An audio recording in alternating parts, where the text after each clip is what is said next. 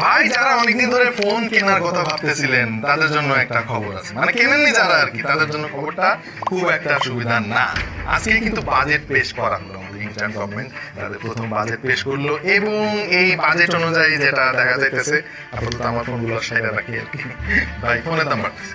হ্যাঁ ভাই ঠিক শুনছেন, শুধু ফোনের দাম না, অনেক জিনিসপত্রের দাম কিন্তু বাড়তেছে। তার মধ্যে এক নম্বরে আছে ফোন।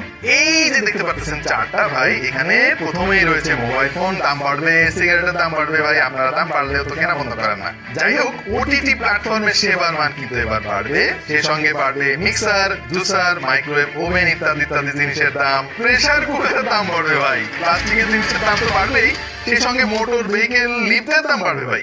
ওয়াশিং মেশিন, ফ্রিজ, টয়লেটের সামগ্রী, মানে এগুলো কি বিলাস দ্রব্য এখন আর আছে আমি জানি না, মনে হয় না। হ্যাঁ, এগুলোর দামও কিন্তু বাড়বে। আর একটা জিনিসের দাম বাড়বে, সেটা হলো এসির দাম কিন্তু